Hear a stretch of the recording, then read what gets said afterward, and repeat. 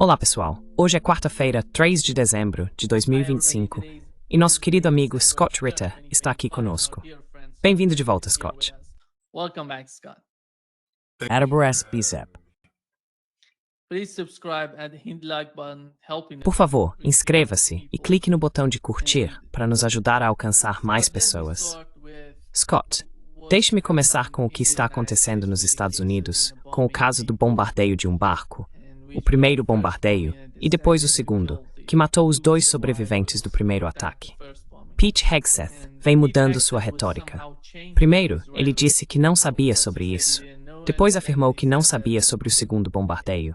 E aqui está o que Rand Paul disse sobre a posição de Pete Hegseth junto com Donald Trump em relação a esse bombardeio.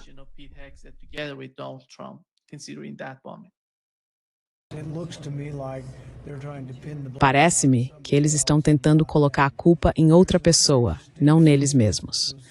Foi feita uma declaração muito clara no domingo. O secretário Hitchcock disse que não tinha conhecimento disso e que não havia acontecido. Era notícia falsa. Não aconteceu.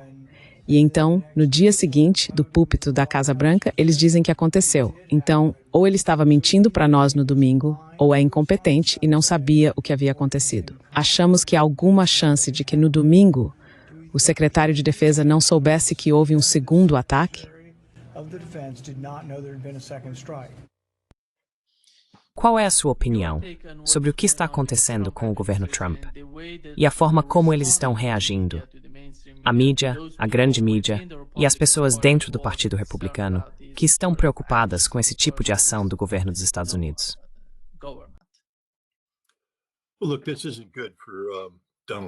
Olha, isso não é bom para Donald Trump. Isso não é bom para Pete Hegseth. Isso não é bom para o almirante Frank Bradley. Os três podem estar envolvidos em crimes de guerra. E eu só quero lembrar as pessoas de que isso não é um assunto trivial.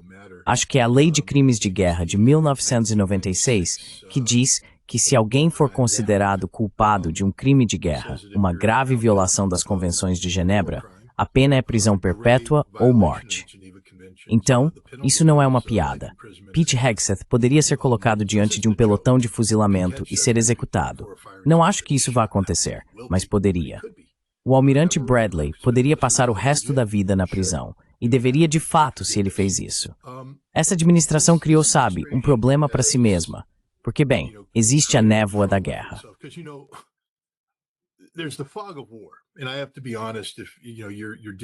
E tenho que ser honesto. Se você está lidando com decisões tomadas sob estresse, sob coação, erros acontecem. Sabe, isso não é um crime de guerra. Quer dizer, às vezes pode se enquadrar nessa categoria, mas a intenção, tudo se resume à intenção.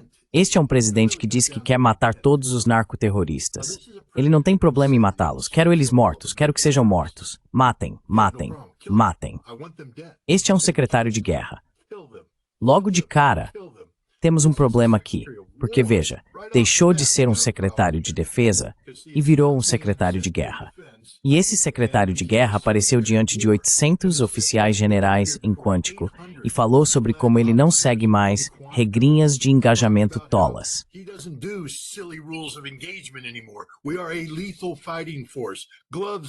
Nós somos uma força de combate letal, sem luvas. Matamos, matamos, matamos. E parece que foi dada a orientação para matar todos a bordo desses navios. Matá-los, para dar um recado. Trata-se de um ponto político, de que os supostos atos de narcotráfico não serão tolerados. Matem todos. Essa é a ordem que foi dada. Matem todos. Isso por si só é um crime de guerra.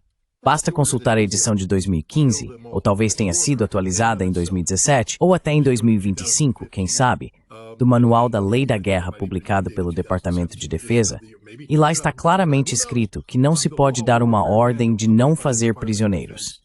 Essa é uma ordem ilegal.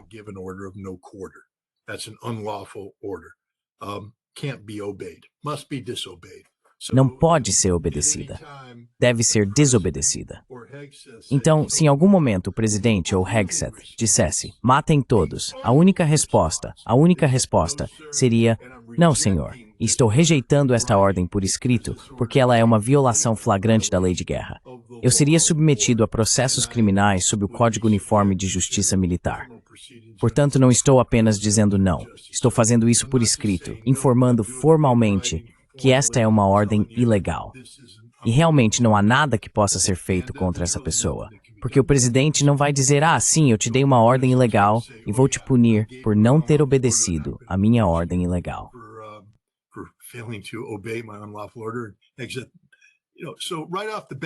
Logo de cara, temos um problema. Porque Pete Hegseth e Trump corromperam a mentalidade dos profissionais militares. Deixe-me deixar bem claro neste dia, Nima. Eu fui treinado para matar, certo? E eu posso matar muito melhor do que metade das pessoas nas Forças Armadas hoje, certo? Fui treinado para me aproximar e destruir o inimigo por meio de poder de fogo e manobra. E eu era um filho da mãe sem coração e implacável.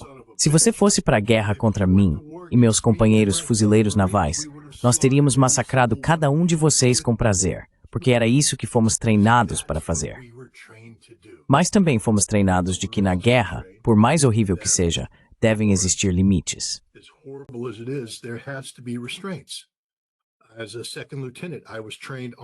Como segundo tenente, fui treinado nas leis da guerra. Nós não assassinamos pessoas, nós as matamos. Você tem uma arma, está morto. Você representa uma ameaça, está morto. Não perderei o sono por eliminar qualquer ameaça aos Estados Unidos, qualquer ameaça legítima. Obedecerei a toda a ordem legal que me for dada para avançar contra o inimigo e abatê-lo. A ideia de que, de alguma forma, as Forças Armadas perderam sua capacidade de matar. Hegseth se incrimina ao dizer isso. No mesmo discurso que fez a 800 oficiais generais, ele disse que o padrão que deseja é o do O3, que é o posto de capitão, em 1991. Adivinhe quem era um capitão O3 em 1991? Eu sou o padrão. Sou o americano mais letalmente treinado que já existiu. Eu e meus companheiros fuzileiros navais, soldados. Naquela época, em 1991, não havia força de combate melhor no mundo.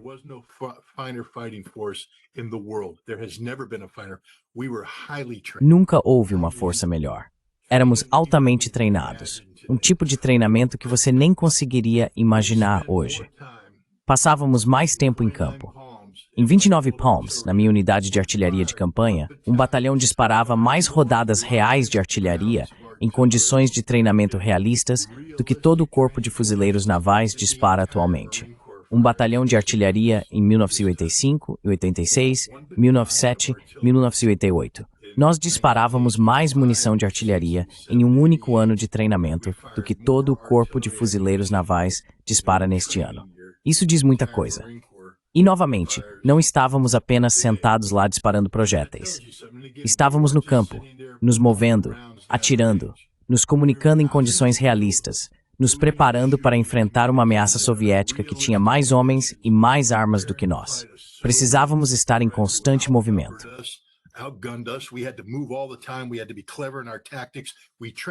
Tivemos que ser inteligentes em nossas táticas. Treinamos. E quando enfrentamos os iraquianos na tempestade no deserto, acabamos com eles. E as pessoas dizem, como assim? O quarto maior exército do mundo tinha acabado de sair de uma grande guerra contra o Irã e vencido, obrigando os iranianos a aceitar um acordo de paz que Khamenei, o líder supremo, disse que era como beber um copo de veneno. A Guarda Republicana era considerada uma das forças de combate mais formidáveis que o mundo já tinha visto. Equipamento russo moderno, muito eficaz, bem treinada, bem comandada, bem motivada. Eram caras durões, e nós os aniquilamos. Eles não tiveram a menor chance. Ninguém teria tido chance contra nós naquela época.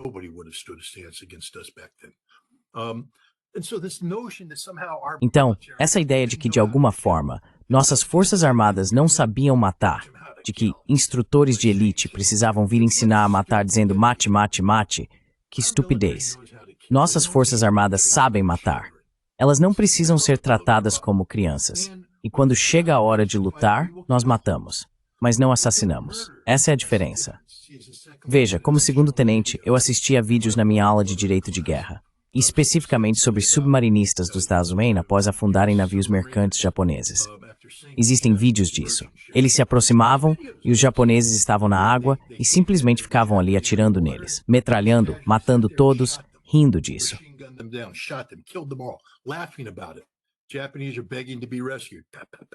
Os japoneses estavam implorando para serem resgatados, apenas matando todos eles. Os japoneses fizeram isso conosco. Nós fizemos isso com os alemães. Os alemães fizeram isso conosco. No final da Segunda Guerra Mundial, alguns submarinistas alemães foram realmente presos, julgados e executados por assassinato. Isso era tão comum na Segunda Guerra Mundial. E é por isso que é importante entender, porque todo mundo está mostrando vídeos de, você sabe, AC-130 atingindo pessoas no Afeganistão e dizendo, veja, isso é o double tap. Nada disso importa. Estamos falando de algo na água, marítimo. Em 1949, as Convenções de Genebra foram escritas abordando especificamente essa questão. Uma vez que um navio é atingido e as pessoas estão na água, elas estão hors de combate.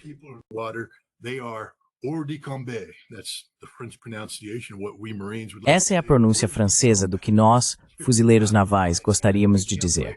Hors de combate. Você está fora de combate, cara.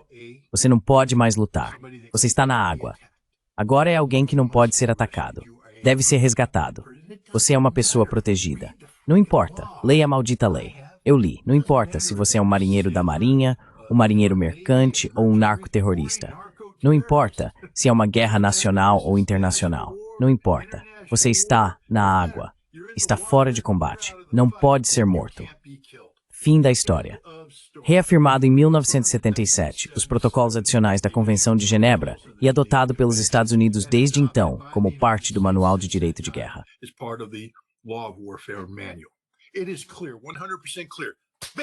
Está claro, 100% claro.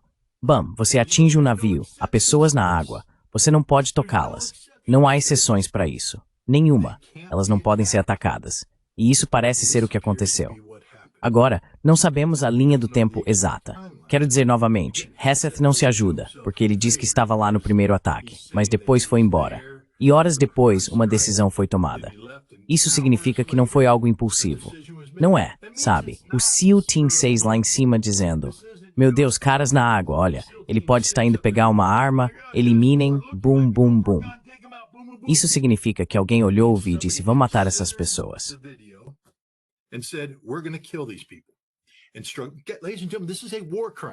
Senhoras e senhores, isso é um crime de guerra, um assassinato hediondo, para citar Hamlet. Este é um crime punível com a morte.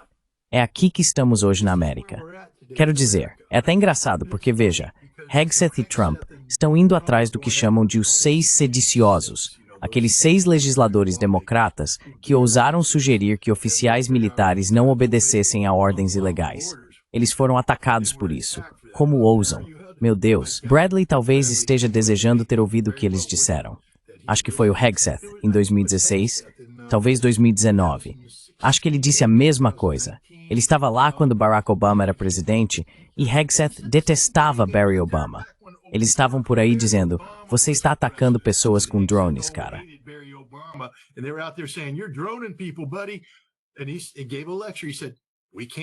E ele fez uma palestra. Ele disse, não podemos obedecer a essas ordens ilegais dadas pelo presidente dos Estados Unidos. Bem, Pete, você deveria ter ouvido a si mesmo, porque se houver justiça no mundo, você deveria ser preso e julgado. E nós não aplicamos mais a pena de morte em nível federal, mas ser colocado na prisão pelo resto da vida. Agora, ele provavelmente receberá um perdão presidencial, porque Trump, é claro, provavelmente fará isso, e Bradley também. Eles não passarão um dia na prisão, serão perdoados, mas ainda assim são criminosos. E, infelizmente, o mesmo vale para a mentalidade criminosa que existe em nossas forças armadas. Isso precisa ser expurgado. Precisa ser expurgado. Isso é um problema.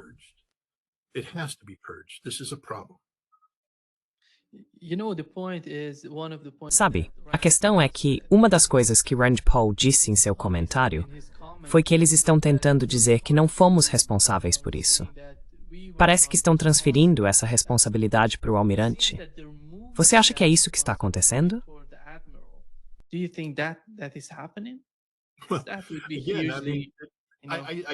Eu vejo isso acontecendo.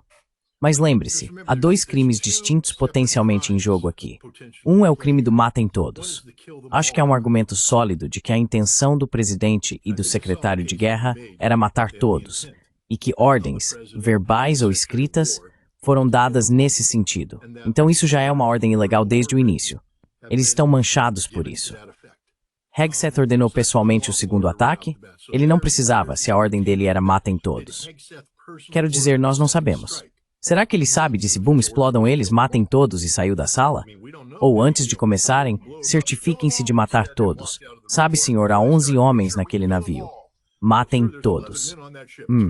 Porque de acordo com o Washington Post, esse era o entendimento de Bradley, que ele deveria matar todos. Bradley's understanding that he was to kill them all. New York Times indicates there might be some, again. Sabe, o New York Times indica que pode haver algo, sabe, de novo, aquele disse-me disse. Não saberemos até que haja um julgamento. E deve haver um julgamento. Tem que haver um julgamento. Mas sabe, eles estão claramente tentando jogar isso nas costas do Bradley. E vamos, sabe, precisamos investigar mais a fundo esse tal de Bradley, certo? Ele pode ser um vice-almirante, ou acho que hoje é almirante. Um figurão, acho que agora ele comanda. Ele era, na época, o comandante do Comando Conjunto de Operações Especiais, o pessoal da Delta Force e do SEAL Team 6. Agora acho que ele é o comandante do Comando de Operações Especiais, o grande todo. Mas houve um tempo em que ele foi membro do SEAL Team 6. E é aí que está o problema. O SEAL Team 6 é uma organização criminosa. Cada um deles são assassinos.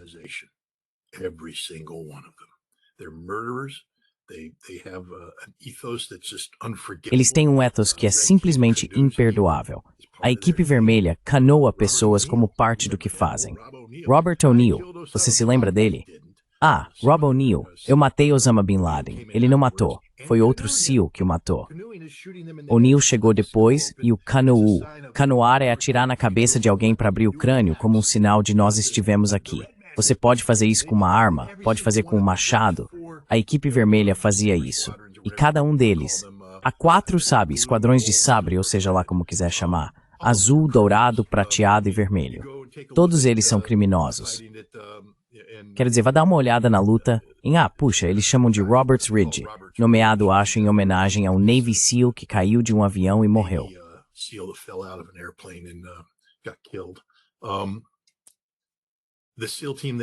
A equipe dos SEALs que estava lá, o comandante dessa equipe, mais tarde fez um ataque e atacou uma festa de casamento.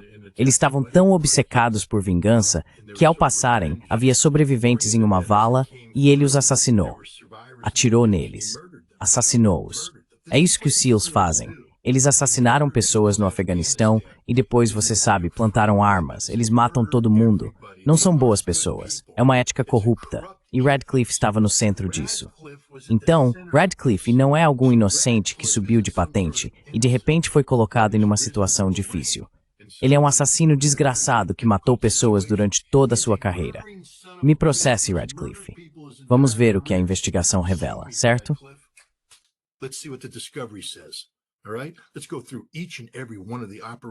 Vamos analisar cada uma das operações em que você esteve envolvido como oficial. Vamos examinar as encoberturas das quais você participou, como você acobertou seus superiores e outros que estavam cometendo crimes e deixou esses crimes passarem. Sabe, existe um livro, Alpha, que aborda a mentalidade dos SEALs. Leia. Assim vocês vão entender exatamente o que estou querendo dizer.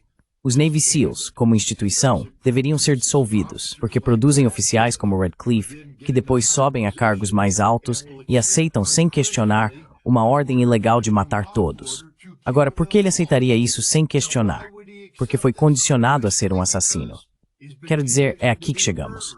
O ethos militar americano está doente.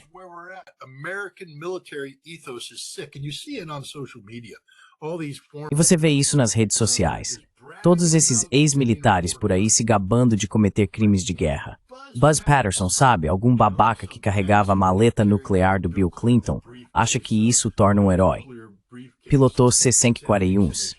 Tá por aí falando como se fosse o manda-chuva, sabe? Como se tivesse lutado nas trincheiras. É um gordo inútil que hoje está na internet dizendo coisas que dão a entender que tudo bem cometer um crime de guerra, que tudo bem matar pessoas.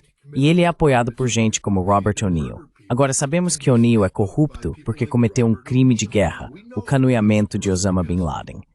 Mas isso continua, e continua, e continua.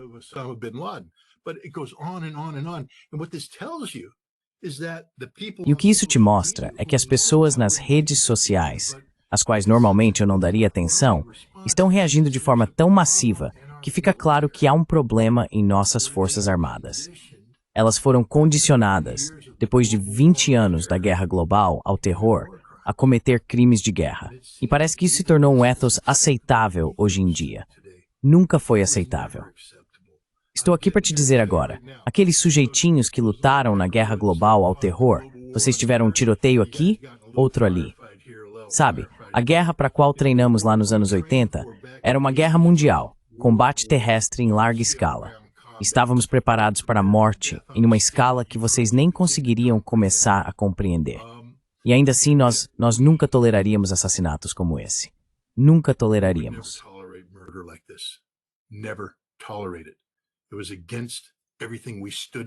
Isso ia contra tudo o que defendíamos, contra o juramento que fizemos.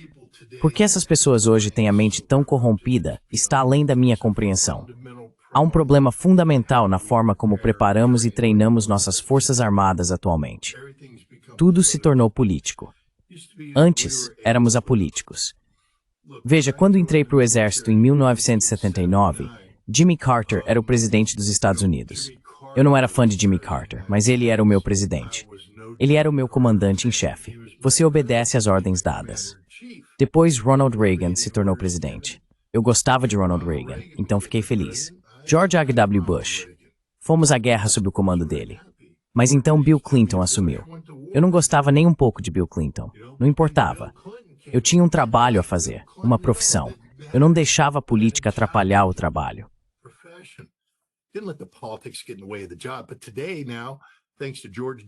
Mas hoje, graças a George W. Bush, bem, acho que Bill Clinton começou isso, expurgando pessoas que ele considerava não serem leais politicamente.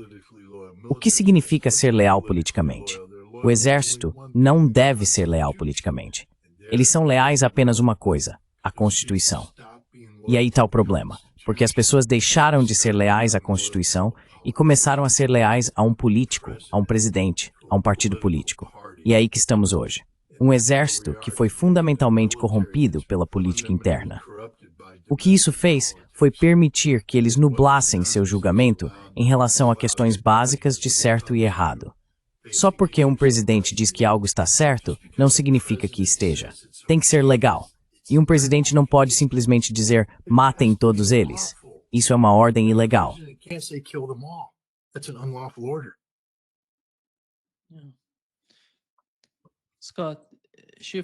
Sim. Scott, mudando este ano para o conflito na Ucrânia, tivemos Steve Witkoff, junto com Jared Kushner, indo à Rússia, conversando com Vladimir Putin, Ushakov e Kirill Dmitriev. Lavrov não estava lá. Ele foi para a China, se não me engano. Ele estava, você sabe, conversando com os chineses, porque Rubio, afinal, não faz parte desse tipo de conversas. Você acha que desta vez a reunião foi de alguma forma diferente? Porque agora vemos Kushner como parte da equipe que foi à Rússia. Eles conversaram por cerca de 5 horas. Qual é a posição?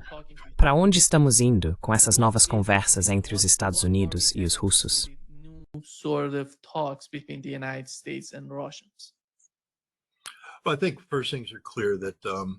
Acho que antes de tudo, está claro que a Europa está fora do jogo. Eles não contam mais. Acabou. E isso significa que não há mais trabalho para Marco Rubio. Nenhum. O trabalho dele era tentar amarrar todos esses fios diplomáticos, manter a continuidade da política, etc. Isso acabou. Acho que há um reconhecimento de que a Rússia venceu essa guerra e que a Ucrânia agora está sendo informada. Vocês podem fazer do jeito fácil ou do jeito difícil. O jeito fácil é simplesmente aceitar que a Rússia venceu e resolver logo isso. O jeito difícil é que a Rússia vai matar todos vocês. Donald Trump declarou que não restará uma Ucrânia se continuarem fazendo isso. E parece que essa é a posição que foi adotada. Por quê?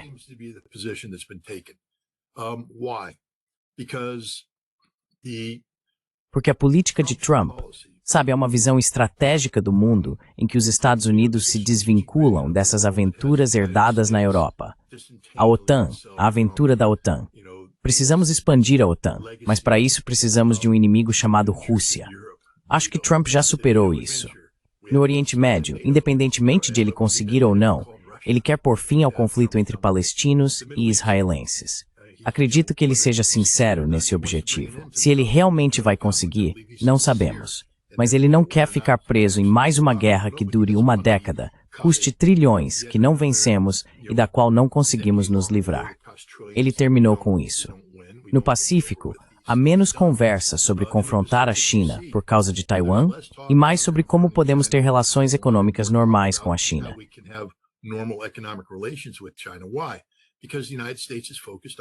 Por quê? Porque os Estados Unidos estão focados em recuar para a Fortaleza América, o hemisfério ocidental, doutrina Monroe 2.0.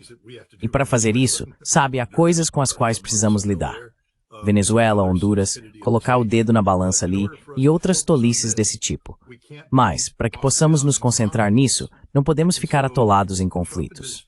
Então, a administração Trump, ou melhor, o próprio Trump, porque parece haver muitas vozes discordantes, decidiu que o caminho a seguir é literalmente a linguagem que Vlad estava usando em dezembro de 2021, uma nova estrutura de aliança europeia.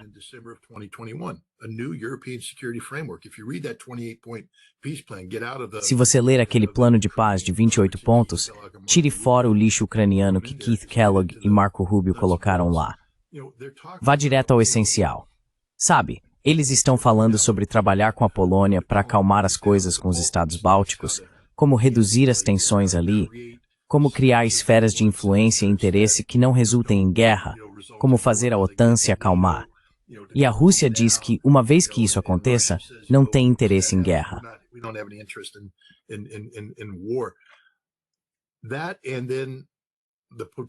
Isso, e então o potencial para um grande engajamento econômico com a Rússia.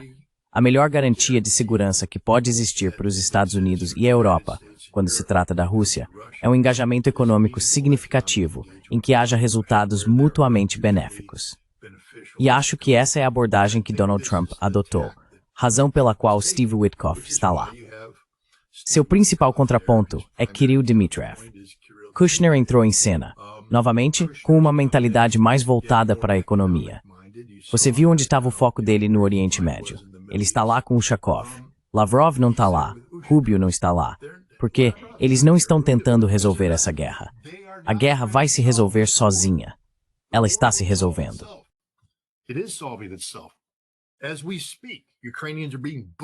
Enquanto falamos, os ucranianos estão sendo massacrados no campo de batalha. Colapso total das forças armadas ucranianas. O colapso que já havia sido previsto. Os russos estão avançando. Quero dizer, acho que ontem em alguns lugares eles avançaram 19 quilômetros, algo inédito. Colapso total da frente de Zaporizhia. Se a Rússia romper essa frente, não restará nada. Agora estamos falando sobre a possibilidade de a Rússia cruzar o Dnieper e ter um caminho direto por Mykolaiv, ameaçando Odessa, o que Putin acabou de dizer que farão se a Ucrânia continuar atacando seus navios. Acabou para os ucranianos. Eles não têm mais nada. As brigadas têm o tamanho de um batalhão tem o tamanho de uma companhia, e uma companhia tem o tamanho de um pelotão.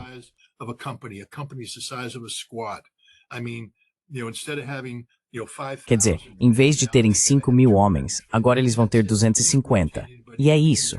Eles não podem substituir ninguém porque todo mundo está morto. Não sobrou ninguém. Não sobrou nada. E essa é a realidade. A cada dia você vê mais e mais colapso. Não há boas notícias para os ucranianos. É tudo notícia ruim. Politicamente, Zelensky está por um fio com esse escândalo de corrupção. E você tem que se perguntar, quem promoveu isso? De onde veio? Você sabe, dos Estados Unidos. Sabemos que a Ucrânia é corrupta. Quer dizer, é impressionante como as pessoas dizem, isso é ótimo para a democracia ucraniana. Veja, só uma verdadeira democracia exporia a corrupção.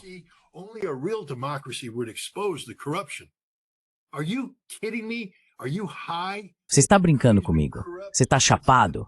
A Ucrânia é corrupta desde o começo, e nós estamos atolados até o pescoço em corrupção. Foi tão grave que Rand Paul, você lembra, em 2022, disse que precisávamos de um inspetor-geral. Demos todo esse dinheiro a eles. Quem está prestando contas disso? E o Congresso dizendo, não queremos saber de nada, cara. Só entreguem para eles. Porque as propinas. As propinas. Tudo. O dinheiro, a corrupção, o esquema todo. Estávamos profundamente envolvidos nisso. Nós controlávamos, nós permitimos. Nós entendíamos que Zelensky só governa porque o dinheiro que damos a ele é usado para criar bases eleitorais e estruturas de poder.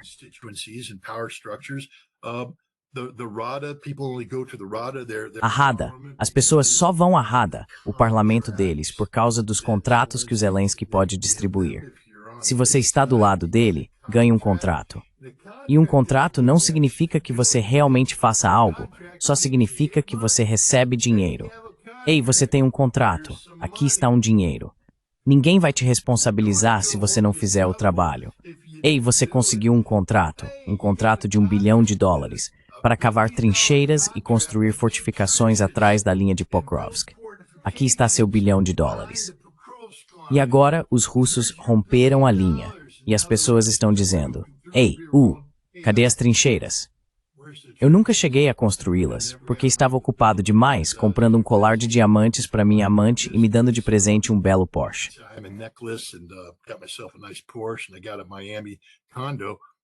E eu consegui um condomínio em Miami. Ah, você queria que eu cavasse uma trincheira? Isso não aconteceu. Isto é a Ucrânia. E agora o que estamos fazendo é derrubá-los. Nós derrubamos Yermak, que é, se você entende como o exército ucraniano e a política funcionam, você tem o presidente e depois o gabinete da administração presidencial. A maioria das pessoas acha que isso significa que essa pessoa trabalha para o presidente. Não, é totalmente separado. Tem sua própria estrutura de poder. E Yermak pressiona Zelensky e tudo mais. Bem, Yermak ficou um pouco grande demais, um pouco arrogante demais. Caiu, tá fora. Zelensky estava esperando.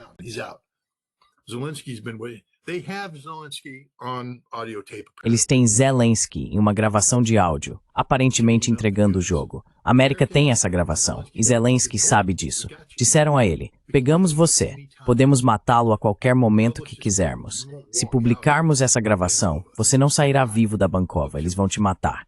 Então, é melhor cooperar. E agora ele está como um cachorrinho confuso. Está rodando pela Europa, conversando com europeus, ninguém se importa. E os Estados Unidos? Aquela delegação nem parou na Europa para se atualizar. Rubio não vai à cúpula da OTAN. Ninguém se importa. Acabou. O experimento europeu terminou. É uma operação movida puramente pelos americanos. Não se trata de conseguir um cessar-fogo. O objetivo é moldar as condições para uma relação pós-conflito entre os Estados Unidos e a Rússia.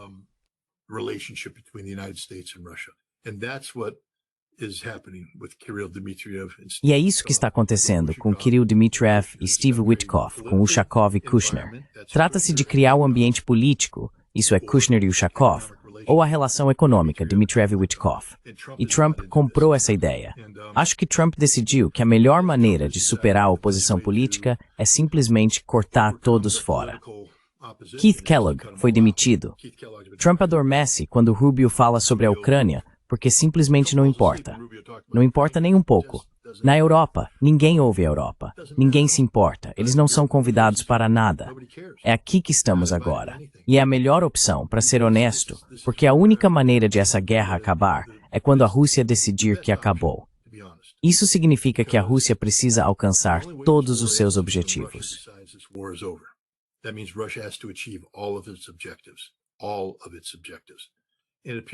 Todos os seus objetivos.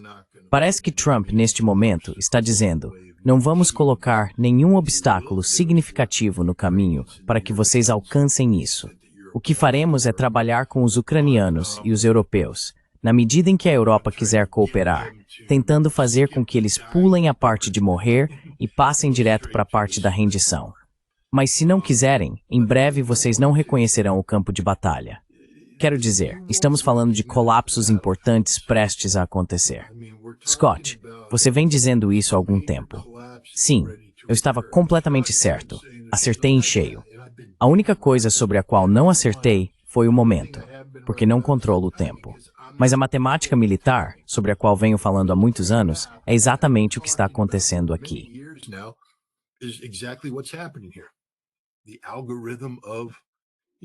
O algoritmo de você sabe, a Rússia desgastou os ucranianos a tal ponto que não há mais capacidade militar para sustentar essa luta de forma organizada e coesa. Enquanto isso, a Rússia está acumulando reservas, fortalecendo seu exército. Os ucranianos dizem que os russos têm uma superioridade numérica esmagadora em todos os lugares e que eles não conseguem oferecer nenhuma resistência significativa neste momento. Economicamente, não existe uma economia ucraniana. Eles estão implorando para que a Europa use 160 bilhões de dólares em ativos russos congelados apenas para manter as coisas funcionando. Não há dinheiro. A economia ucraniana não produz nada. Ela só pode existir graças à generosidade dos outros. É curioso. Agora a Rada está falando em aprovar um orçamento. Um orçamento para quê? Normalmente, quando se aprova um orçamento, começa se perguntando, quanto temos de receita tributária?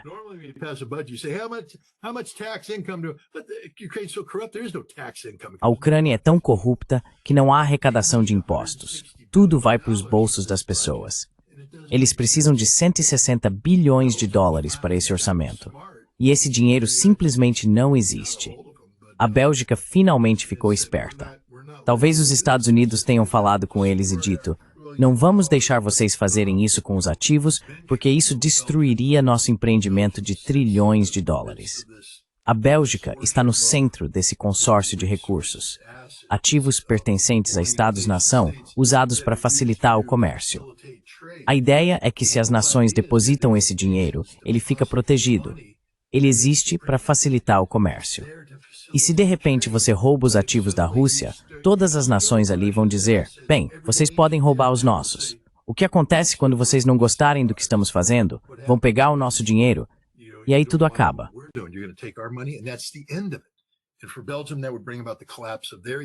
E para a Bélgica, isso levaria ao colapso da economia deles, da economia europeia e também dos Estados Unidos. Nós não conseguiríamos nos recuperar disso. Então, educadamente, a Europa foi informada para desistir. Isso simplesmente não vai acontecer. Agora, a economia ucraniana está entrando em colapso, ou já entrou. A energia deles, a Rússia os neutralizou. Eles jogaram um jogo, tentaram atacar a infraestrutura energética da Rússia e perderam. Foi uma aposta, e eles perderam. A Rússia hoje, sim, um pouco de aperto no cinto, mas estão bem. A Ucrânia, não. E agora isso está levando a um colapso político, que está sendo acelerado por essa investigação de corrupção, aparentemente conduzida a pedido dos Estados Unidos. Temos que ter um pouco de cuidado com a forma como fazemos isso, porque nós também não somos inocentes.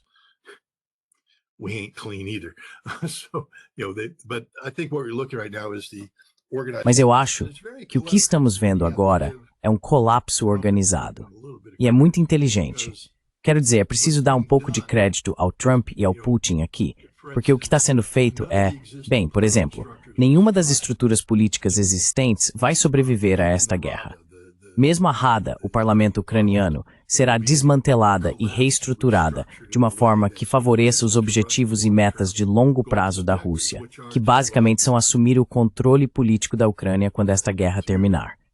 Haverá eleições, e a Rússia vai vencer essas eleições. Zaluzhny pode ficar lá com suas fantasias de continuar a guerra e de adesão à OTAN. Não importa. Ele não importa. Tá fora. É um bandeirista. Vai ser morto ou exilado.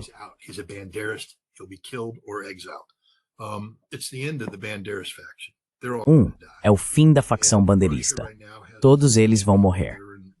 E a Rússia, neste momento, tem um monte de pessoas esperando nos bastidores que vão entrar e vencer as eleições. E então, sabe, outra coisa que saiu da reunião de Moscou, conceito interessante, é que as várias questões da Ucrânia serão resolvidas por meio de referendos e votações. Bem, votar é um referendo. Os ucranianos podem perder Odessa e Mykolaiv por meio desses referendos. Sabe, a Rússia estará no controle. E essa é a realidade. A Ucrânia estragou tudo. Eles deveriam ter aceitado o acordo de Putin feito em junho. Assim, teriam uma Ucrânia soberana. Mas Putin deixou o aviso. Se vocês não fizerem isso, é o melhor acordo que vão conseguir. Esta é a última vez que terão essa chance.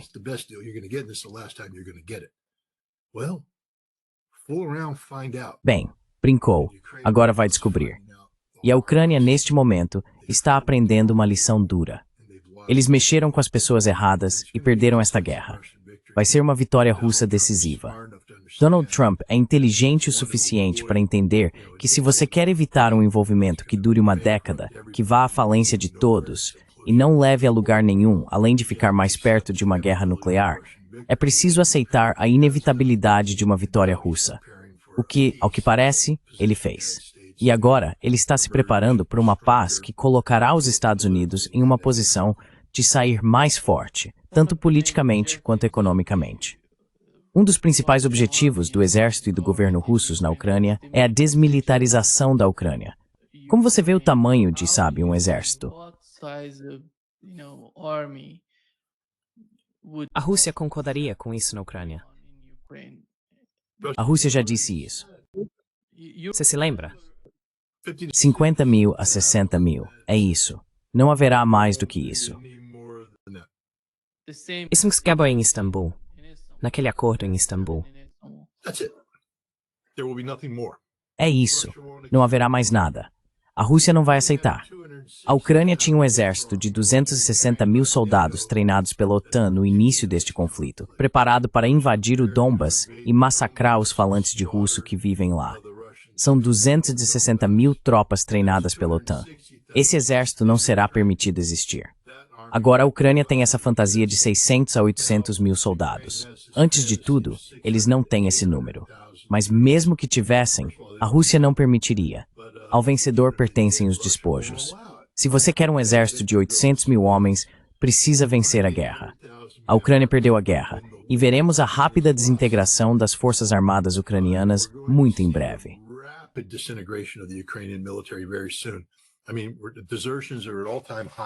Quero dizer, as deserções estão no nível mais alto de todos os tempos, e você vai ver unidades colapsando. Agora, para te dar um exemplo do que está acontecendo, há uma cidade, o nome começa com M, não consigo pronunciar, Minograd ou algo assim.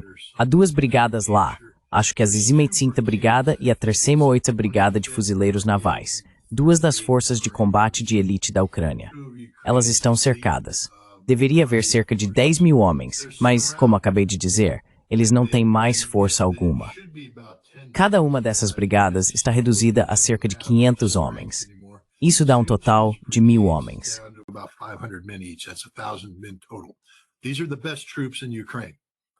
Essas são as melhores tropas da Ucrânia, e elas querem ter permissão para romper o cerco.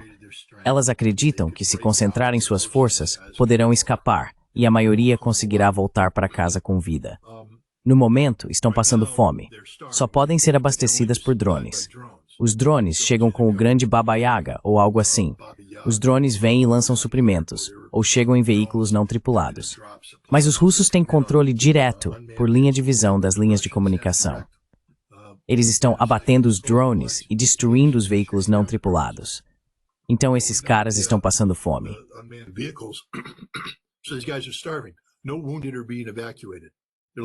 Nenhum ferido está sendo evacuado. Eles são deixados para morrer nos porões. Uma das coisas que veio de Pokrovsk é que os russos passaram pelos porões, e eles estavam simplesmente cheios de mortos, porque o exército ucraniano não permitiu que os feridos fossem evacuados. Eles não tinham como tirá-los de lá, então morreram. É isso que está acontecendo com esses feridos. Se você for ferido nessa luta, está morto. Você não vai sair de lá. Os outros caras estão dizendo, você tem que nos deixar romper o cerco. Zelensky aparentemente apenas na noite passada disse não, fiquem aí, lutem e morram. É isso. Se você vai permitir que suas duas melhores brigadas lutem e morram, como se vê no campo de batalha agora, em toda a linha de frente, estão se formando pequenos bolsões enquanto os russos flanqueiam e começam a cercar essas unidades.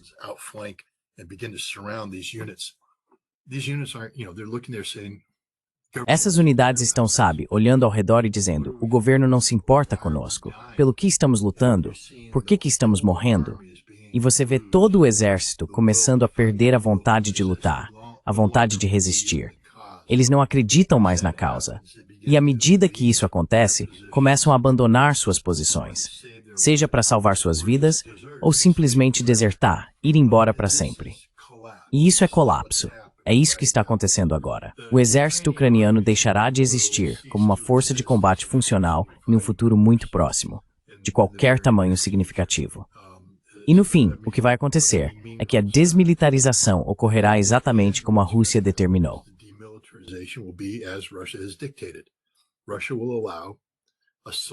A Rússia vai permitir apenas alguns poucos. Nenhum dos seus caras do Azov, nenhum dos seus caras do Kraken, nenhum desses verdadeiros seguidores de Bandera. Mas sabe, soldados territoriais que não foram corrompidos, que não receberam treinamento da OTAN. Não acho que haverá qualquer papel para quem tenha treinamento da OTAN. Talvez de 50 mil a 60 mil pessoas, levemente armadas, para, sabe, proteger a fronteira e basicamente para autodefesa limitada. Mas a ideia de a Ucrânia ter um exército capaz de enfrentar a Rússia de igual para igual, não, isso não vai acontecer. E não vai haver um exército ucraniano que se torne o exército europeu. É isso que o Zelensky quer, sabe, uma força mercenária ucraniana de 600 mil homens para a Europa. Não, isso também não vai acontecer. Isso é desmilitarização, e é isso que vai acontecer.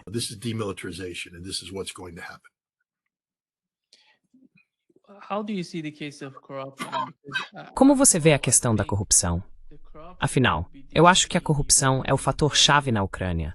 Não apenas a corrupção em si, mas também outro ponto mencionado naquele documento de 28 pontos, a anistia concedida a esses criminosos de guerra. Você não acha que essas duas coisas poderiam ser usadas, após qualquer acordo na Ucrânia, para remover os ultranacionalistas do poder?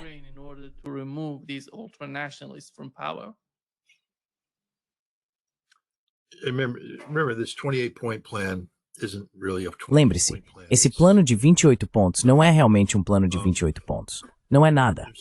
Há certos pontos que indicam a direção estratégica, mas os outros estão ali apenas para dizer, cobrimos essa parte. Acho que a anistia é um desses pontos.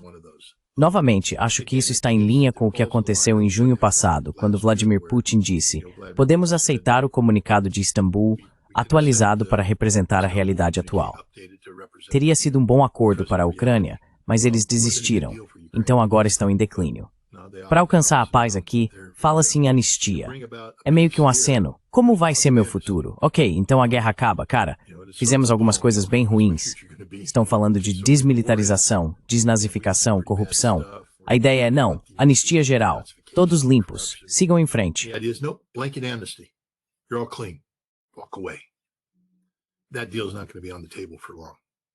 Esse acordo não vai ficar disponível por muito tempo. E quando desaparecer, os ucranianos que são corruptos, porque lembre-se, o objetivo da Rússia agora é a transformação política da Ucrânia. Isso significa que as estruturas tradicionais da elite no poder, como os oligarcas e todas as famílias e relações corruptas, serão desintegradas. Eles não terão permissão para permanecer, porque é daí que vem o poder político que se transforma na Rada. A Rada é apenas uma ferramenta de corrupção. Você elege pessoas para um partido político. Elas entram e repartem a economia ucraniana entre seus próprios bolsos. É isso que eles fazem. O futuro da Ucrânia não pode ser assim. Então, a Rússia vai desmantelar isso e colocar suas próprias estruturas. Se essas serão menos corruptas ou não, eu não sei.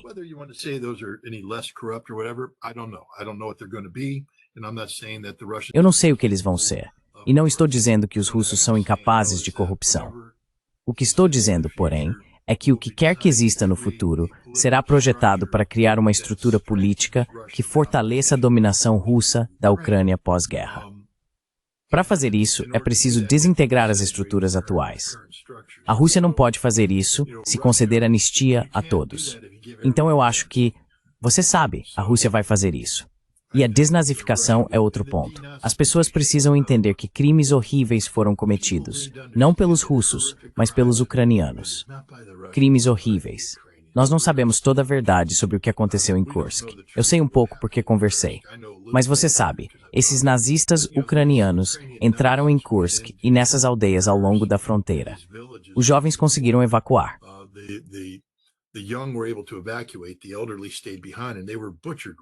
Os idosos ficaram para trás e foram massacrados e estuprados, literalmente esquartejados e violentados por nazistas ucranianos. Não estou apenas jogando palavras ao vento. Eram pessoas usando capacetes nazistas, com o emblema da SS e tudo mais. Os russos sabem quem são essas pessoas, e elas não terão permissão para viver. Não estou justificando crimes de guerra, só estou dizendo que elas não terão permissão para viver. Você não vai ver essas pessoas sendo capturadas E depois do conflito, elas não poderão permanecer na Ucrânia. Terão que buscar refúgio em outro lugar.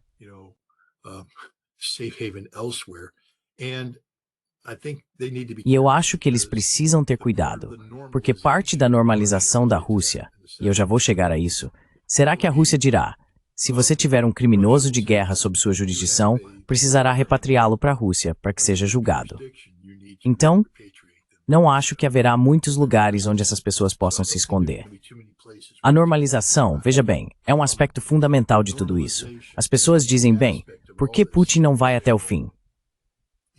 Quero dizer, seu bom amigo Gilbert Doctorow é um grande fã da ideia de decapitação. O velho Gil entende de guerra. Não entende, tudo bem. Ele roubou conhaque, uísque e vinho, bom sujeito, mas quer decapitar Kiev.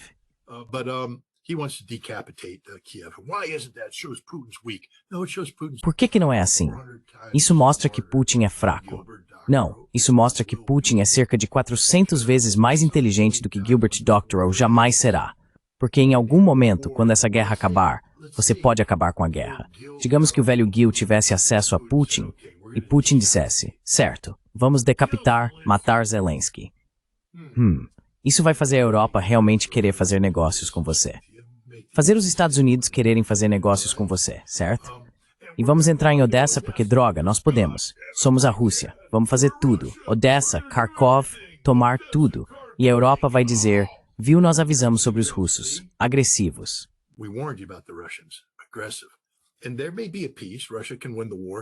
E pode haver paz. A Rússia pode vencer a guerra.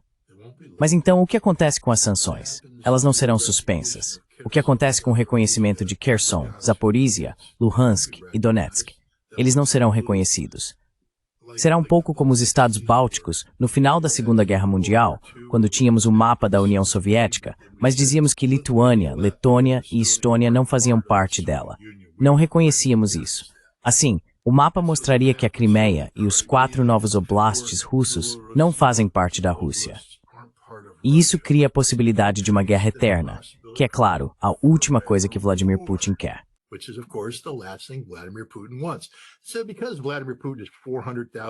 Então, como Vladimir Putin é 400 mil vezes mais inteligente que Gilbert Doctorow, ele não vai optar por uma decapitação.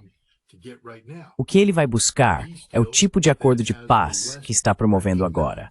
Um acordo em que o Ocidente reconheça a autoridade legal da Rússia sobre os 4 territórios e a Crimeia, para que não haja mapas confusos e as sanções sejam suspensas. A Rússia, então, terá a capacidade não apenas de recuperar centenas de bilhões de dólares em ativos confiscados, mas também de participar de atividades econômicas com o Ocidente, sem as restrições das sanções, gerando trilhões de dólares em benefícios econômicos. O gênio de Vladimir Putin.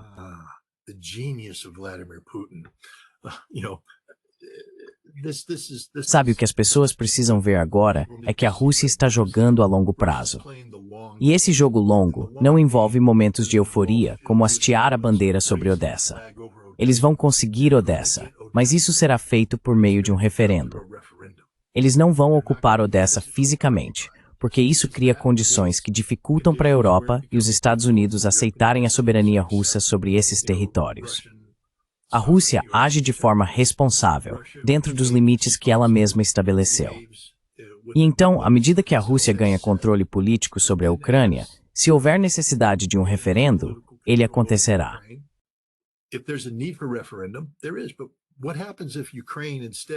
Mas o que acontece se a Ucrânia, em vez de ser um estado hostil, do qual a Rússia precisa arrancar territórios, se tornar a terceira irmã, parte do Estado da União com a Rússia e a Bielorrússia?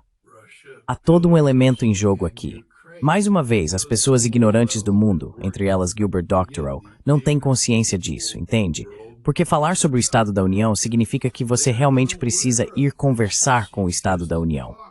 E isso, de alguma forma, faz de você um instrumento da Rússia, apenas por falar com pessoas que sabem o que estão fazendo e estão realizando coisas concretas. Você não se torna um instrumento da Rússia ao fazer isso. Não, você se torna alguém empoderado com conhecimento e informação. No, you become somebody empowered with knowledge and information, and you know that there is right now within Russia E você sabe, neste momento, dentro da Rússia e da Bielorrússia, há um grande esforço para trazer a Ucrânia como a terceira irmã do Estado da União.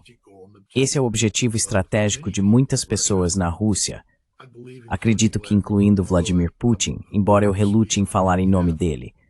É uma questão politicamente sensível, mas é nessa direção que os russos estão indo, com uma visão mais ampla sobre a estabilidade de longo prazo e a resolução das causas profundas do conflito.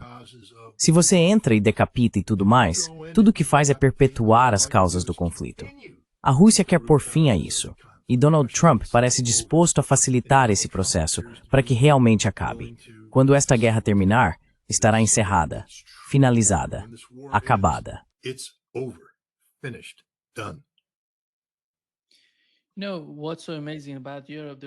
Sabe, o que é tão impressionante sobre a Europa é que eles estão falando sobre como a Rússia quer atacá-los. Aí dizem que precisam lançar um ataque híbrido preventivo contra a Rússia. Esta é a primeira vez que vejo Vladimir Putin se manifestar e dizer algo que não ouvíamos dele desde que a guerra na Ucrânia começou. Já ouvimos esse tipo de reação do Medvedev, mas nunca tinha ouvido Vladimir Putin responder da forma como ele está respondendo aos europeus neste trecho de vídeo.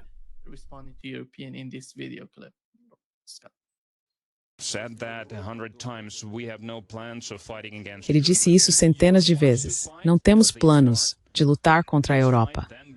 Mas se a Europa quiser lutar e iniciar essa luta, então estamos prontos agora mesmo. Não há dúvida disso.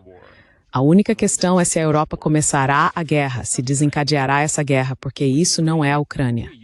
Com a Ucrânia, estamos usando alguns meios cirúrgicos. Estamos tentando ser realmente cuidadosos. E você entende o porquê. Isso não é uma guerra no sentido direto da palavra. Mas se a Europa de repente quiser começar uma guerra, e se de fato começar uma, então muito rapidamente poderemos nos ver em uma situação em que não haverá mais ninguém com quem negociar.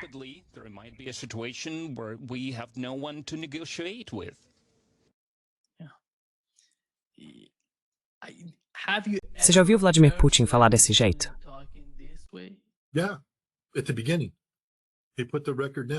Sim, no começo ele deixou claro. Ele disse, vamos resolver essa situação na Ucrânia, e se a OTAN se envolver, todos os nossos recursos estarão disponíveis. Agora, 4 anos depois, acho que Putin está simplesmente farto da estupidez da Europa. Quero dizer, quão estúpidos eles podem ser? Você já ouviu isso? Sabe, Putin tratava os europeus com um mínimo de respeito.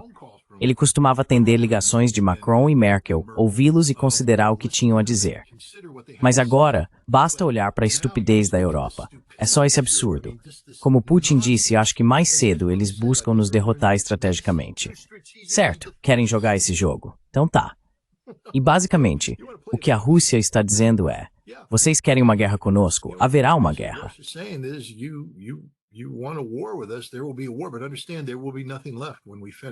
Mas entenda, não restará nada quando terminarmos. Nada. Agora, se a Rússia vai ou não usar armas nucleares, é outra questão. Mas o fato é que a Rússia tem consideráveis capacidades estratégicas de ataque convencional. Elas não serão guiadas com precisão. Causarão devastação total. A indústria da Alemanha deixará de existir. A França, se quiser brincar com fogo, vai se queimar. O mesmo vale para o Reino Unido. Não há defesa em toda a Europa. Sabe, eles se desarmaram completamente e enviaram tudo para a Ucrânia, onde foi simplesmente destruído pelos russos. Eu não sei, você ouviu o Rubio outro dia? Nós damos a eles sistemas Patriot, e poucos dias depois são destruídos. Bem-vindo ao mundo real.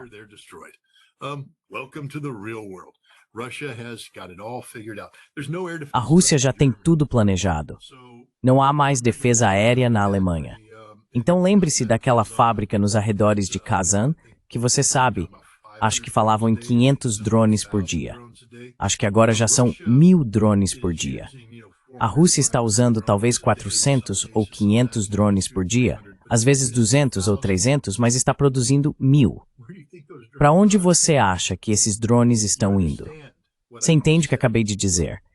Que no dia em que a Europa quiser uma guerra, os céus sobre a Europa ficarão escurecidos por drones russos e eles vão explodir tudo. Drones Orlan vão descer e destruir tudo. Há uma nova categoria de Iskander, o Iskander-S, que agora é um míssil de alcance intermediário. Ele vai destruir alvos com uma ogiva convencional. It will blow things up with a conventional warhead. Indications are the Russians may have extended the Há indícios de que os russos podem ter ampliado o alcance do míssil de cruzeiro Novy-29, que originalmente estava em conformidade com o Tratado INF. Mas agora que não existe mais o Tratado INF, ele pode ter de repente um alcance de 1.200 quilômetros, o que significa que esses mísseis de cruzeiro podem atingir alvos em qualquer lugar da Europa. Não haverá 1 centímetro quadrado da Europa seguro contra o esmagador poder de ataque convencional da Rússia. E a Europa não tem defesa. Nenhuma. Zero. Não há defesa na Europa contra nada disso. E essa é a realidade. Se a França ou a Inglaterra decidirem fazer algo estúpido, como usar uma arma nuclear, então toda a Europa desaparece instantaneamente. Isso poderia desencadear uma guerra nuclear entre os Estados Unidos e a Rússia.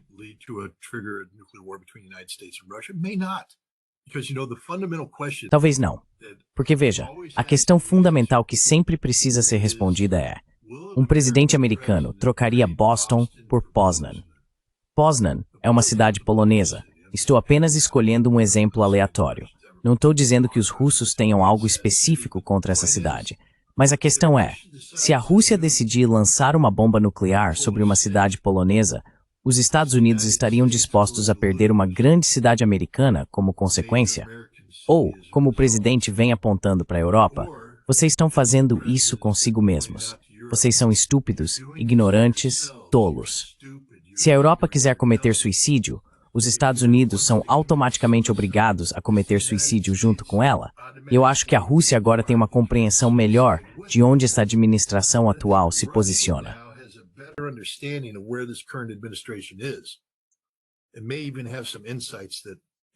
Pode até ter algumas percepções que ainda não foram discutidas publicamente.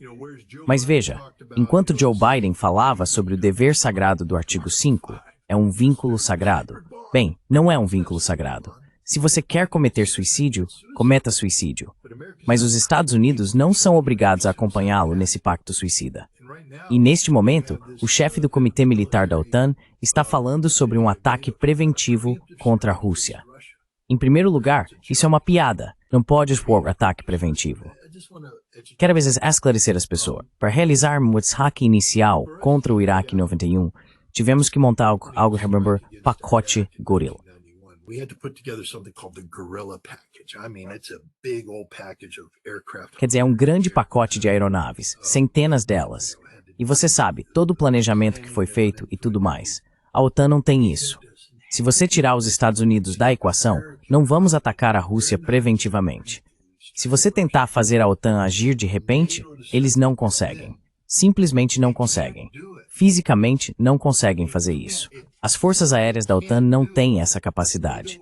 Primeiro de tudo, algum idiota italiano dá opinião. Mas ouça o que ele disse. Não sabemos como poderíamos fazer esse ataque preventivo, porque não sabemos quem o faria, quem teria autorização para fazê-lo ou sob qual autoridade isso seria feito. Há uma porção de questões legais, o que significa que não dá para fazer. Não dá para fazer. Então, é uma estupidez.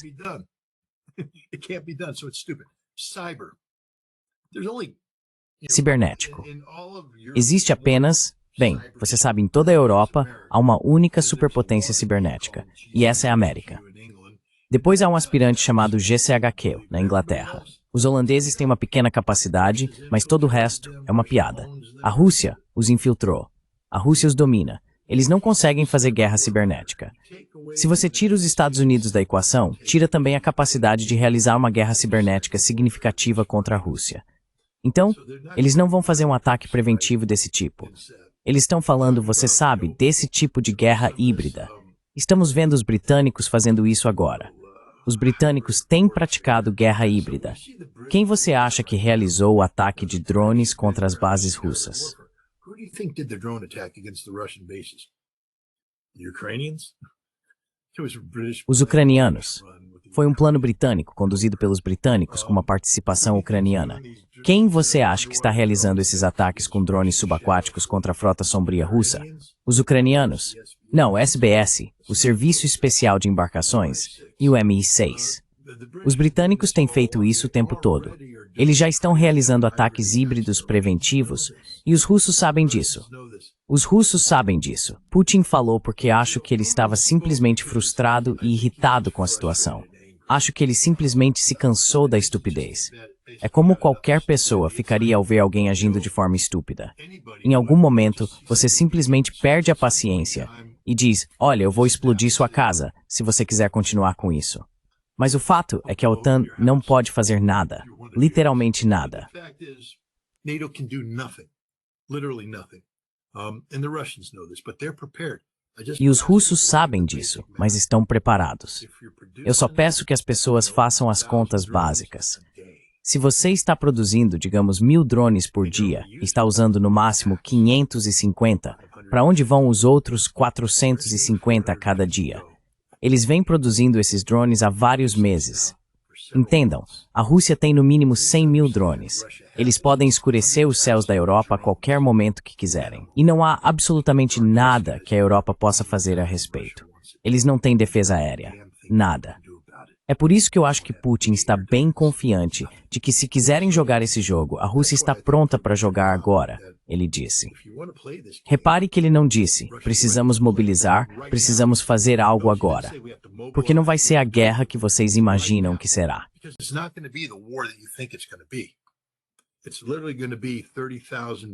Serão literalmente 30.000 drones entrando na Europa por dia durante uma semana.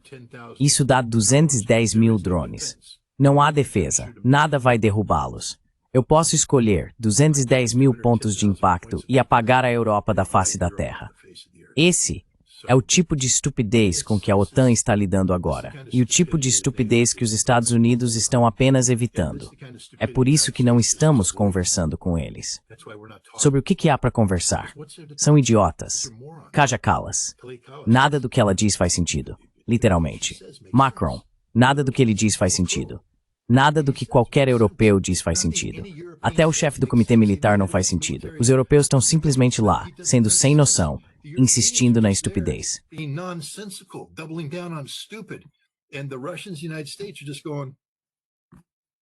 E os russos e os Estados Unidos estão apenas dizendo, ignorem-nos. E agora, como crianças mimadas, eles estão batendo ainda mais forte na mesa, tentando ser ouvidos. Em algum momento, a Europa vai acordar e perceber que se excluiu, que não tem influência, que coisas vão acontecer que terão um impacto profundo sobre ela. Quero dizer, eu adoro isso. Eles estão tão orgulhosos porque agora aprovaram uma lei que diz nunca usaremos gás e petróleo russos. Boa sorte. Mas sabe, vocês usam e vão continuar usando. E são simplesmente estúpidos. Sempre foram e sempre serão. Então a Europa acabou se anulando. Não é mais um ator sério. Europe's just nullified itself. It's not a serious actor anymore. You said that. Você disse que nada do que Macron está falando faz sentido. Aqui está o que ele disse sobre a corrupção na Rússia, Scott. E você nunca ouve falar de corrupção na Rússia, porque não existe um órgão independente para investigá-la. Portanto, quando apoiamos esforços de guerra, é importante que sejamos muito exigentes e garantamos que as pessoas sejam responsabilizadas. A luta contra a corrupção funciona porque há investigações e decisões sendo tomadas. Mas o que é profundamente preocupante é que você nunca ouve falar de corrupção na Rússia, por causa da forma como o sistema foi estruturado e mantido.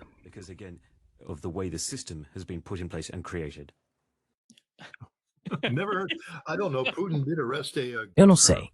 Putin prendeu um governador de Kursk por corrupção. Acredito que vários vice-ministros da defesa foram presos por corrupção. Generais foram presos por corrupção. Vice-governadores foram presos por corrupção. Quero dizer, os russos, especialmente depois da mobilização, a mobilização de 300.000, quero dizer, as pessoas precisam entender que não era para ser. Mas acabou se tornando um processo revolucionário, porque o que aconteceu foi que Putin disse, mobilização de 300.000, e todos os sistemas nos quais vínhamos investindo dinheiro em infraestrutura, eu recebo relatórios todos os anos dizendo é isso que estamos prontos para fazer, vamos executar. E alguns fizeram, porque acredite, nem todo mundo na Rússia é corrupto.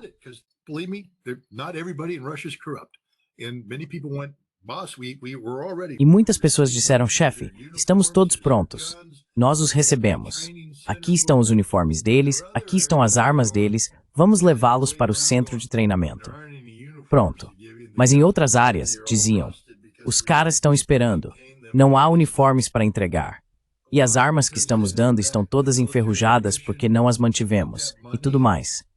Por quê? Porque o chefe da comissão militar pegou aquele dinheiro, comprou uma amante, comprou uma casa e tudo isso. Estão todos na prisão. A Rússia entrou e disse, opa, removam-nos. Eles estão presos, foram processados. Não foi feito em segredo.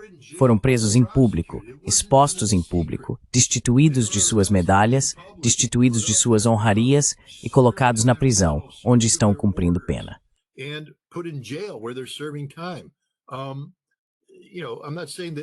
Sabe, não estou dizendo que não existe corrupção na Rússia. Existe. Os russos admitem que existe. Mas a ideia de que você não ouve falar disso porque a Rússia não investiga, não. A Rússia investiga corrupção como você não imagina. Putin herdou uma bagunça. Uma coisa que as pessoas não entendem é o quão ruim estava a Rússia quando ele assumiu e o nível de corrupção. Quero dizer, a década de 1990 foi uma corrupção facilitada pelos Estados Unidos e pelo Ocidente. Foi feito de propósito para tirar a riqueza da Rússia. Havia esses oligarcas que basicamente tomaram conta de empresas estatais inteiras. E Putin percebeu que não dava simplesmente para chegar e fazer tudo isso desaparecer. Então ele fez um acordo com os oligarcas.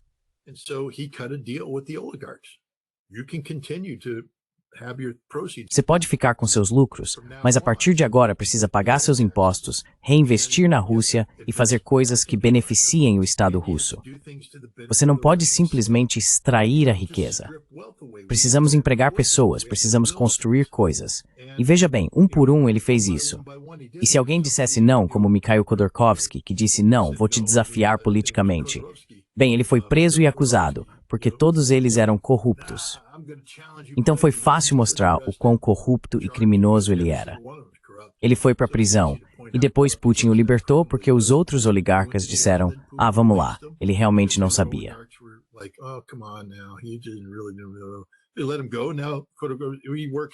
Eles o deixaram ir. Agora Khodorkovsky, ele trabalha para o MI6 em Londres, conduzindo operações políticas contra os russos e usando seus bilhões de dólares para financiá-las. Há outras pessoas assim por aí também, mas aos poucos elas estão sendo eliminadas. Sabe, a Rússia agora depende menos do dinheiro dos oligarcas. Um dos maiores presentes que o Ocidente já deu a Vladimir Putin foi a decisão de sancionar os oligarcas no início de tudo isso. Porque, de repente, eles não tinham mais utilidade para ele. Ele diz todo o seu dinheiro está no exterior. Foi confiscado. Que pena. De agora em diante, tudo, sob as novas leis, deve ser reinvestido na Rússia. Nenhuma riqueza pode deixar a Rússia.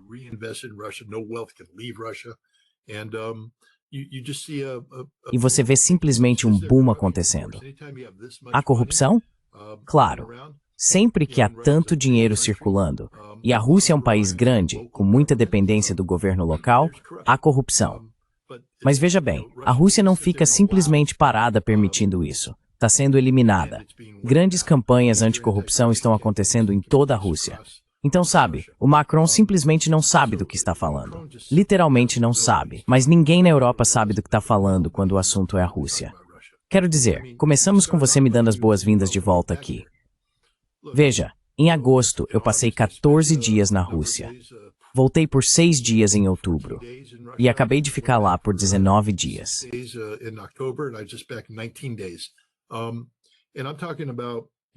E estou falando de mergulhar de cabeça, tentando aprender sobre a Rússia.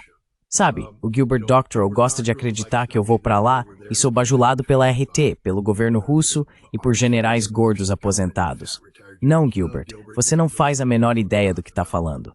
Eu vou para lá e trabalho com os russos. Converso com os especialistas, com os bem conectados, com as pessoas nas ruas. Não fico em hotéis 5 estrelas. Na verdade, fiquei em um hotel 3 estrelas bem modesto, muito bom, muito limpo, mas definitivamente não o Metropol. É assim que se aprende sobre a Rússia. O bom, o ruim e o feio.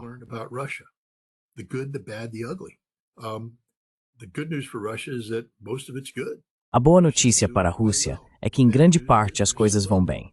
a Rússia está se saindo muito bem. A má notícia é que há alguns aspectos feios, sempre há. E a outra má notícia é que a guerra está provocando mudanças na Rússia que não são boas para o país a longo prazo. Mas você sabe, essa é a realidade do conflito. É por isso que a Rússia quer que essa guerra acabe e quer que acabe de forma decisiva para que não se torne uma guerra sem fim. Para que possam reverter tudo isso e colocar a Rússia de volta nos trilhos, funcionando plenamente. Mas não dá para aprender sobre isso à distância.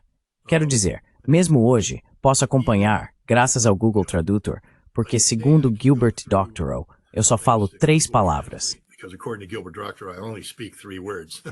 Well, Gilbert, Blin Voimat. Bem, Gilbert, Blin Voimat. Isso faz 3. E eu acabei de te dizer. Você sabe o que eu disse, Gilbert. Eu poderia continuar sem parar, porque conheço muito da gíria dos soldados. Conheço umas centenas de palavras de gíria militar te mandar para algum lugar, Gilbert. Mas também sei falar de forma educada na sociedade. Consigo conversar em russo.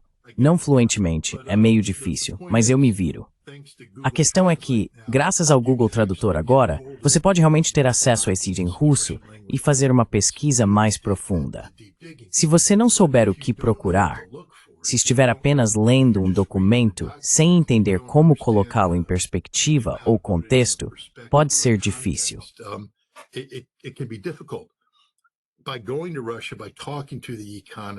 Ao ir à Rússia, conversar com economistas, diplomatas e oficiais militares, desde o posto de general até os níveis inferiores, você consegue navegar por essas fontes e começar a obter uma visão maior e mais ampla da complexidade da Rússia.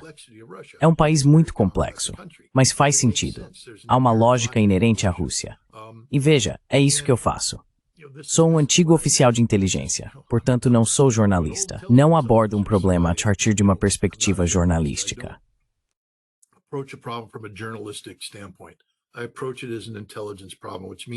Eu encaro isso como um problema de inteligência, o que significa que preciso ter uma compreensão completa e fundamental das questões para que todos os resultados possam ser considerados. É assim que abordo a Rússia, do ponto de vista de um problema de inteligência.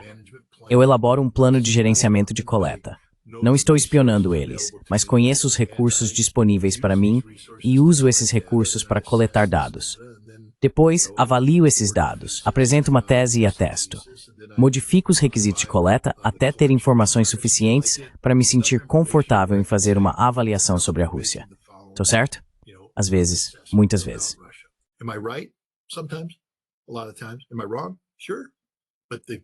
Estou errado? Claro. Mas a beleza de estar errado é que quando você... Bem, veja, como jornalista, quando você erra, tenta dizer, bem, fomos enganados, fomos mal informados. Como oficial de inteligência, você diz, eu errei. Por que eu errei? Preciso de fontes de informação diferentes. Eu não entendi as informações que tinha. E você trabalha o problema até acertar. Meu trabalho é acertar. Meu trabalho é conhecer a verdade sobre a Rússia.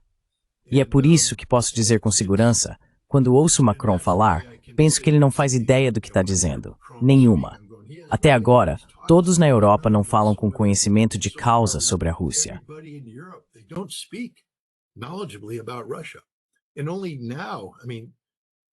E só agora quero dizer, quando você vê Steve Witkoff começar a falar sobre a Rússia, sabe, ele não é um especialista na área russa, mas ele tem uma compreensão mais profunda da Rússia, porque está realmente tendo essas conversas detalhadas com Kirill Dmitriev.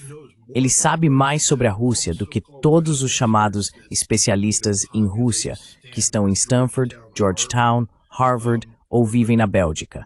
Sabe, todas essas pessoas que falam o idioma fluentemente, o belo idioma. Quero dizer, meu Deus, eles podem pedir um ótimo vinho, porque falam russo, lindamente. Mas eles não têm a menor noção da realidade da Rússia, porque se distanciaram dessa realidade.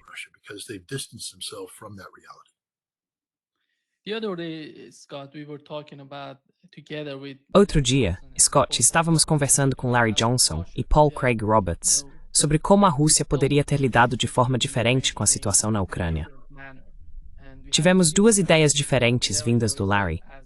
Larry disse, como o Putin acabou de mencionar no vídeo que eu te mostrei, que o caso da Ucrânia é totalmente diferente do caso da Europa.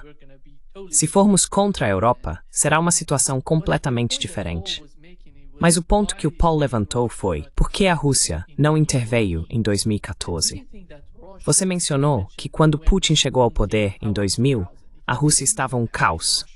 O país estava desmoronando naquela época, e havia um conflito interno na Chechênia, com o qual o governo lidou até por volta de 2010.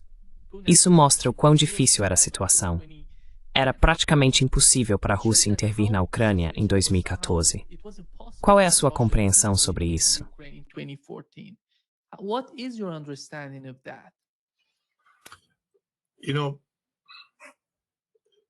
Sabe, o exército russo estava fundamentalmente quebrado quando Putin chegou ao poder. Eles travaram uma guerra na Chechênia, mas foi uma guerra de sangue e coragem. Quero dizer, não havia sofisticação. Foi feia, foi sangrenta. E foi então que os russos começaram a fazer a transição daquele exército de recrutas que herdaram para o que chamam de soldados contratados. Mas o número de soldados profissionais era muito pequeno, e todos foram concentrados na Chechênia, porque não dá para lutar esse tipo de guerra com recrutas. Recrutas não querem morrer. Você precisa dos caras endurecidos que estão lá pelo dinheiro.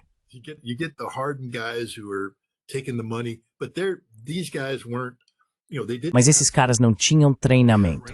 A forma como lutaram foi o que aprenderam na escola da vida, lutando contra os chechenos. E foi brutal. Foi feio. Não havia leis de guerra. Era apenas matar. E eles prevaleceram. Conseguiram negociar a paz com os chechenos. Akhmat Kadyrov e Vladimir Putin foram muito bem-sucedidos nesse sentido. A história da Chechênia é uma das grandes histórias de sucesso que o Ocidente nunca vai conhecer ou entender, porque a ridicularizamos. Não fazemos ideia. Vá a Grozny. Você verá uma cidade renascida. Vá ao interior. Converse com os chechenos. Eles estão totalmente comprometidos em ser chechenos e totalmente comprometidos em fazer parte da Federação Russa.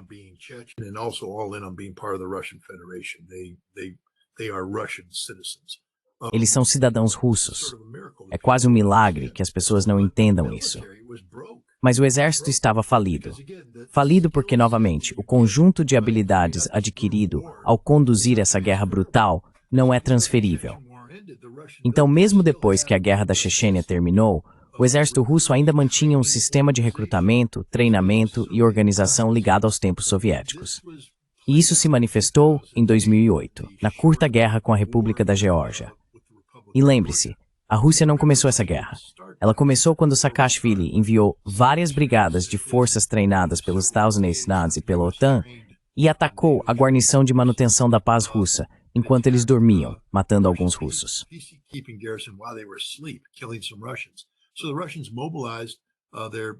Então, os russos mobilizaram seus recursos militares na Ossétia do Norte e desceram pelo túnel de Rocky até a Ossétia do Sul, onde lutaram contra os georgianos.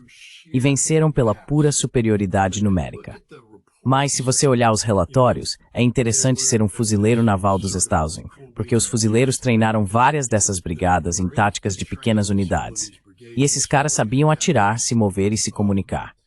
Os russos diziam que, taticamente, esses georgianos, a infantaria leve deles, eram impressionantes. Eles se moviam de forma tática de um jeito que os russos não conseguiam igualar. Então os russos simplesmente recuaram e detonaram tudo com artilharia. E foi isso.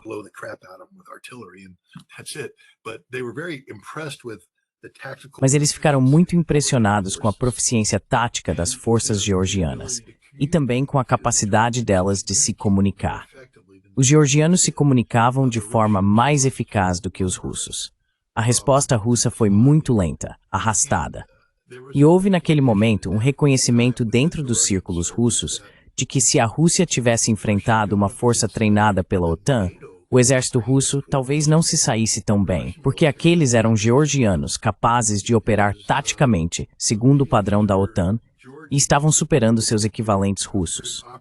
Então, os russos, a partir daí, começaram a repensar completamente a forma como administravam as forças armadas e passaram a avançar nesse sentido.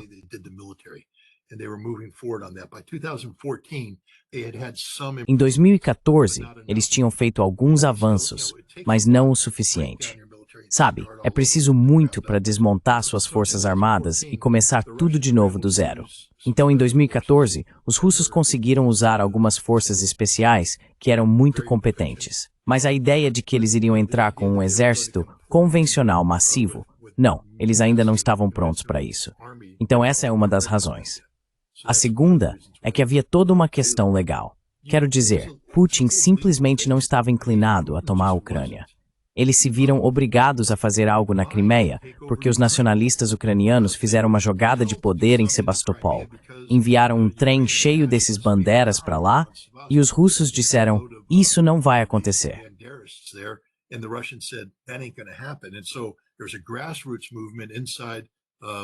E assim surgiu um movimento popular dentro da Crimeia, em Sebastopol, que foi apoiado por forças especiais russas, os Homenzinhos Verdes, que chegaram e tomaram o controle das comunicações. E a Crimeia se tornou russa. Ele resolveu esse problema logo de cara. Foi mais difícil em Donetsk e Lugansk. Havia alguns problemas legais ali. As pessoas tendem a esquecer que Sebastopol era um distrito federal dentro da Rússia. Era regido pela lei russa e por uma série de outras coisas. Portanto, a Crimeia foi um conjunto único de circunstâncias. Donetsk e Lugan eram puramente ucranianas. Então, como fazer os Homenzinhos Verdes aparecerem? Foi aí que entrou o Wagner, Ukin, codinome Wagner. Ele era um agente das forças especiais do GRU e criou equipes paramilitares.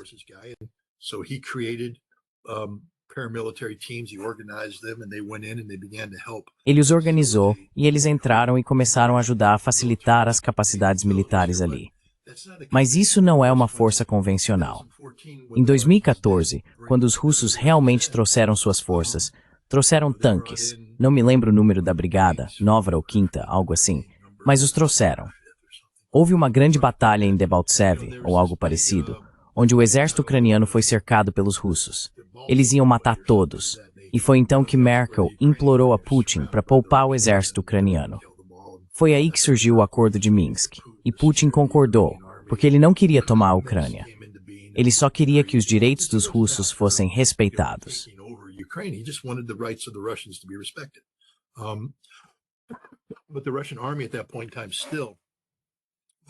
Mas o exército russo, naquele momento, ainda não estava totalmente preparado. Os russos nem mesmo estavam prontos em 2022. Eles tinham certas capacidades em operação. Mas, o que vimos? Bem, eu tive uma entrevista fascinante com um cara que havia lutado em Donetsk.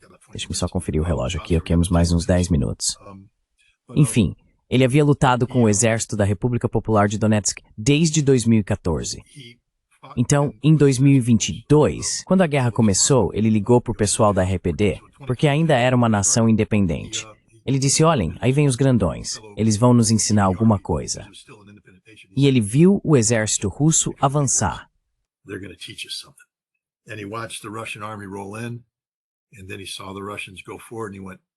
E então ele viu os russos avançarem e disse, não façam isso, não façam isso. E ele disse, eles não sabem o que estão fazendo, porque nunca haviam lutado uma guerra. Era um exército de tempos de paz.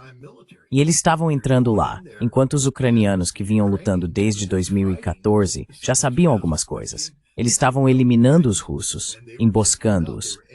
E os russos tiveram que aprender. Mas a questão é que o exército russo é um dos mais rápidos do mundo em se adaptar às lições aprendidas. Eles têm esse é o benefício da reestruturação das forças armadas. Você sabe, lembre-se, eles reformaram o exército de forma massiva.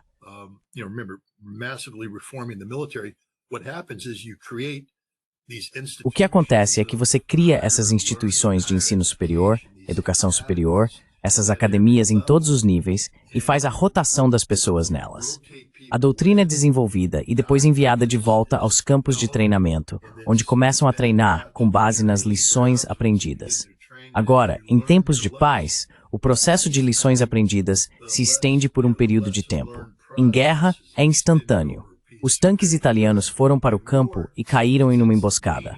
O que aconteceu? Eles erraram. Precisavam disso, daquilo e de outra coisa. Certo, traga os sobreviventes, faça o debriefing, reflita sobre o ocorrido, faça um brainstorming, atualize a doutrina, treine, e então 8 semanas depois, você tem uma nova mudança doutrinária. Como você acha que os russos venceram a contraofensiva do verão de 2023?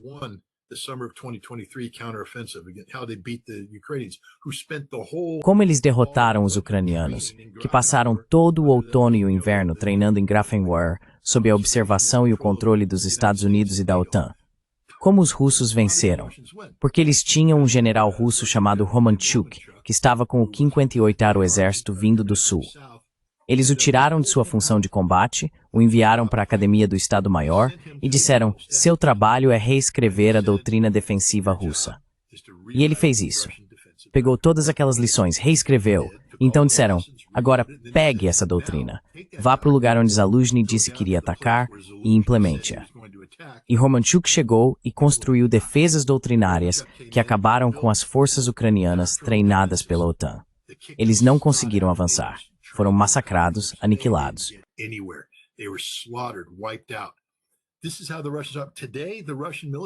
É assim que os russos são. O exército russo de hoje é extremamente bem ajustado. Esse conceito de táticas de carne para canhão, você não sabe do que está falando. Os russos não fazem isso. Quando eu treinava, tínhamos equipes de fogo, esquadrões, pelotões e companhias. Os russos falam em trios, grupos de 6 e de 9. Você entra com uma equipe de assalto de 3 homens, a mais 3 para te dar cobertura, 9 para entrar e consolidar, e então você avança. Os dias dos ataques em ondas humanas acabaram. A guerra com drones não permite isso. Os russos comandam e controlam as comunicações que ocorrem hoje. Eles as controlam completamente. Eles controlam uma equipe de assalto de 3 homens, têm alguns drones sobrevoando, estão se comunicando com eles. Soldado ucraniano à sua esquerda.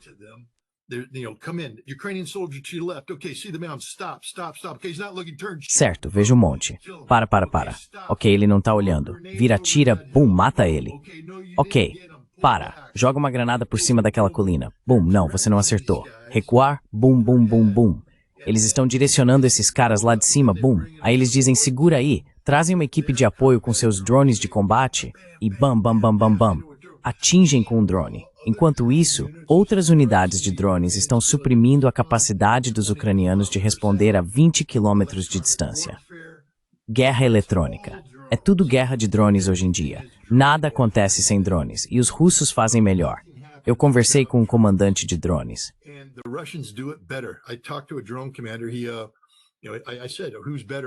Eu perguntei, quem é melhor nisso? Os ucranianos ou os russos? Ele respondeu, no geral, os ucranianos ainda têm uma vantagem. Eles são muito bons nisso. É algo para um comandante russo de drones dizer. Os ucranianos são muito bons nisso. Mas então ele disse, nós aprendemos tudo e agora conseguimos igualá-los na maioria das aplicações táticas, mas podemos sobrecarregá-los. O problema dos ucranianos é que eles são bons, mas não conseguem manter o ritmo. Então, os ucranianos conseguem chegar e projetar sua parede de drones por um tempo, mas depois os russos chegam e a derrubam. Eles se tornaram muito bons em derrubar o comando e controle ucraniano.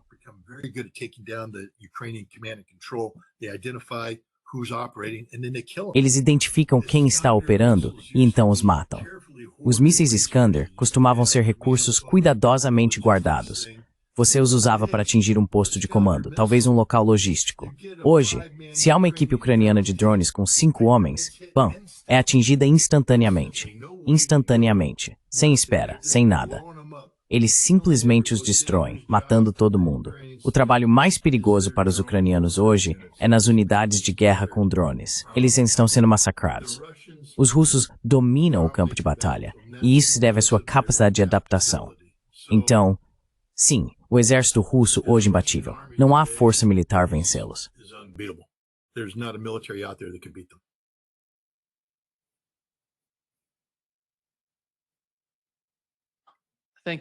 Muito obrigado, Scott, por estar com a gente hoje.